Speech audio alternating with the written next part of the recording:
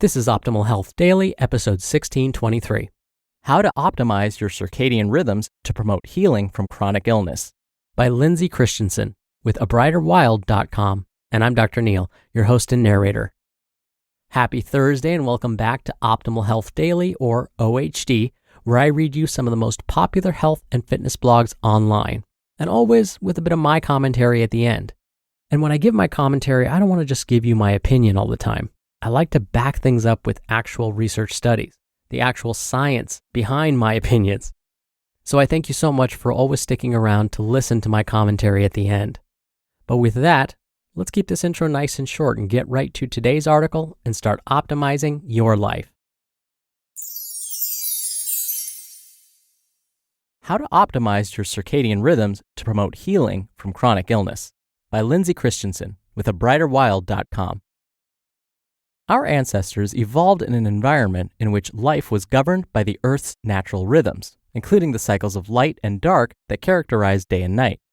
The interaction between our biology and the Earth's light cycles led us to develop a unique system within our bodies, the circadian system.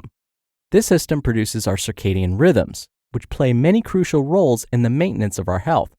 A growing body of research indicates that disruption of our natural circadian rhythms compromises our health and predisposes us to issues such as elevated stress hormones, lowered immunity, intestinal dysbiosis, and impaired brain function. Over time, health issues such as these may contribute to the development of chronic illnesses. In my own journey of recovery from a chronic illness, Lyme disease, repairing my disrupted circadian rhythm has helped me make significant improvements in my health. In this article, I'd like to share several strategies that have helped me normalize my circadian rhythms and facilitate my recovery from chronic illness. My sincere hope is that these strategies will help you in your healing journey as well.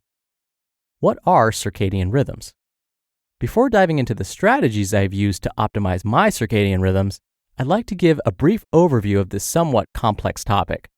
Circadian rhythms are the set of biochemical processes within the body that follow an approximately 24-hour schedule and regulate many aspects of our behavior and physiology. Circadian rhythms are produced by genes and proteins that exhibit cyclic activity and are referred to as body clocks. The master body clock is a structure in the brain called the suprachiasmatic nucleus, or SCN. It responds to light and dark cues from the environment and sets the overall rhythm for the body. It also interacts with body clocks in other locations, such as the gut and pancreas, which respond to cues such as temperature and nutrients in food. Together, these clocks comprise the circadian system, which regulates our sleep-wake cycles, hormone release, and metabolism, among many other processes.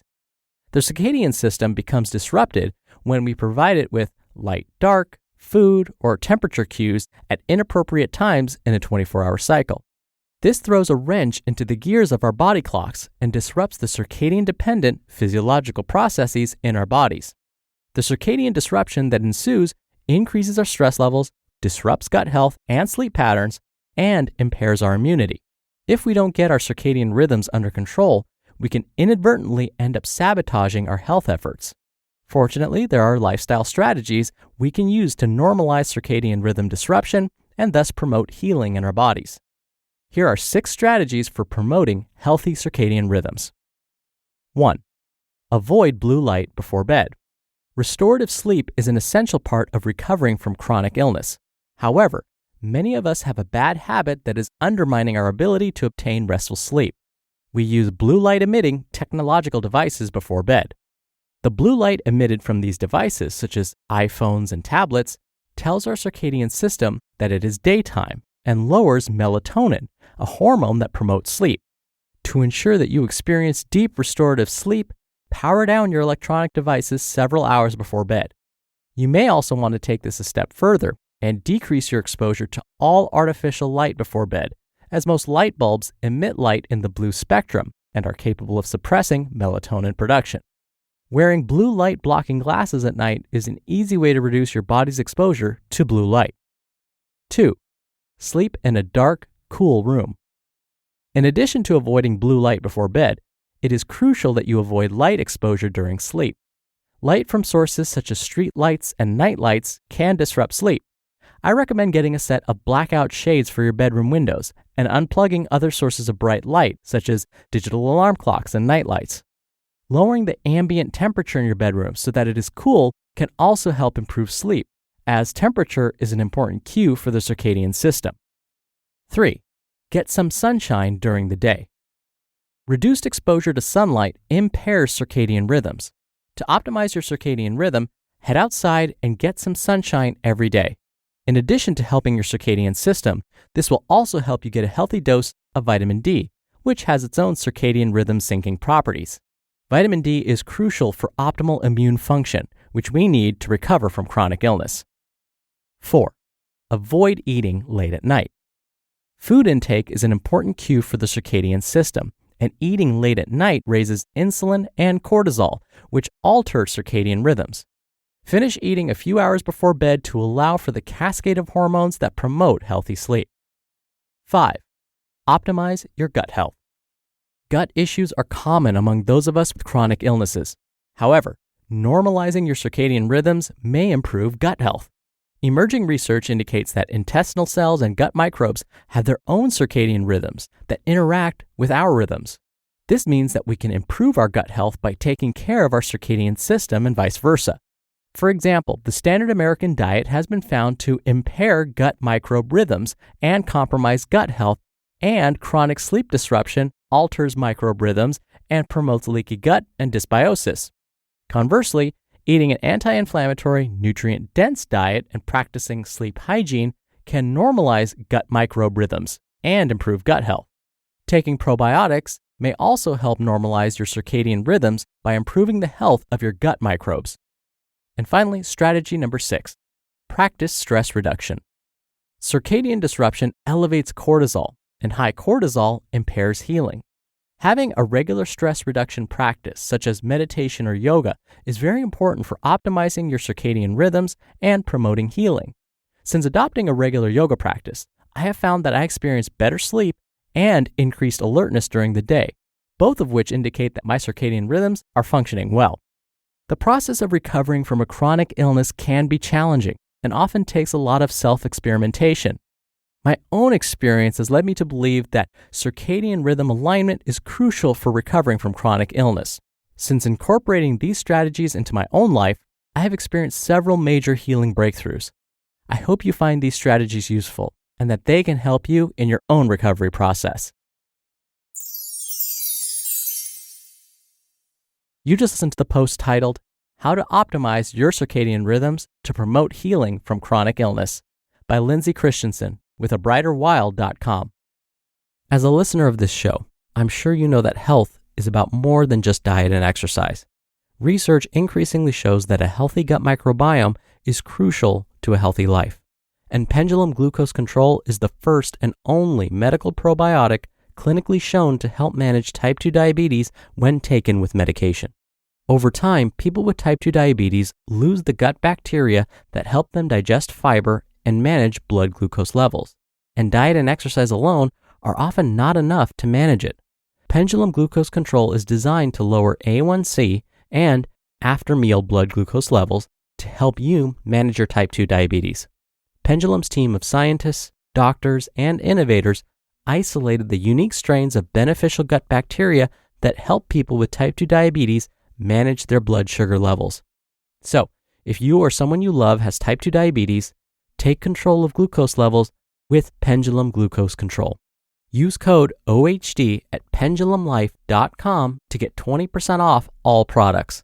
That's pendulumlife.com. Promo code OHD for 20% off. Dr. Neal here for my commentary. I'll start by discussing sleep hygiene. The suggestions Lindsay had were spot on. Our exposure to light definitely plays a role in our sleep-wake cycles. There are alarm clocks now that won't necessarily make sounds to wake you up. Instead, it'll be completely silent. But you know how they wake you up? By flashing a bright light on and off. So instead of making noise, the alarm clock will just simply shine a bright light, and then dim, and then shine it again, and then dim. And miraculously, that wakes us up. That's because even with our eyelids closed, we are sensitive to the effects of light. Now, I've talked about blue light on this show many times before. If you don't have a pair of blue light blocking glasses, usually on most phones and tablets nowadays, you can use a blue light filter. That can help limit your exposure to blue light, especially at night. Hey, that rhymed. That was kind of like a Dr. Seuss thing. I will not expose myself to blue light. I will not expose myself at night. Anyways, and yes, when we don't get adequate or that deep restorative REM sleep, our body's recovery from chronic illness, from really anything, tends to suffer. And part of it is due to this hormone, cortisol. Cortisol is known as the stress hormone because when we're under stress, our bodies secrete cortisol into the bloodstream. If our cells are bathing in cortisol for too long, if this goes on for weeks, months, and years because of chronic stress or chronic sleep deprivation, then we're finding that that hormone does seem to mess with our body's cells. And so having our cells bathe in cortisol for years and years may increase our risk for certain diseases like cardiovascular disease. It may make it harder for you to get rid of fat around your abdomen.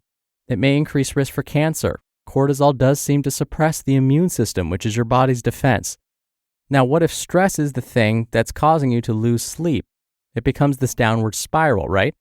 So yes, incorporating some stress reduction techniques can help. Absolutely try yoga, try meditation. If that doesn't work, just simply writing down some of your thoughts on paper can make a big difference. All you have to do is write down those things that are stressing you out the most right now. It can be just like the top 3 things that are most stressful for you. And then right next to that, write down what aspects of those stressful situations you can control. Because really, a lot of what stresses us out is a lack of control. So by identifying what you can control about the situations, you hopefully will take charge, grab control of what you can, and then change things. If you cannot control the situation, then you need to let it go. You have to find a way to deal with it without being in control. All right, that's enough out of me. That'll do it for another edition of Optimal Health Daily. Thank you as always for listening, and I'll see you back here tomorrow where your optimal life awaits.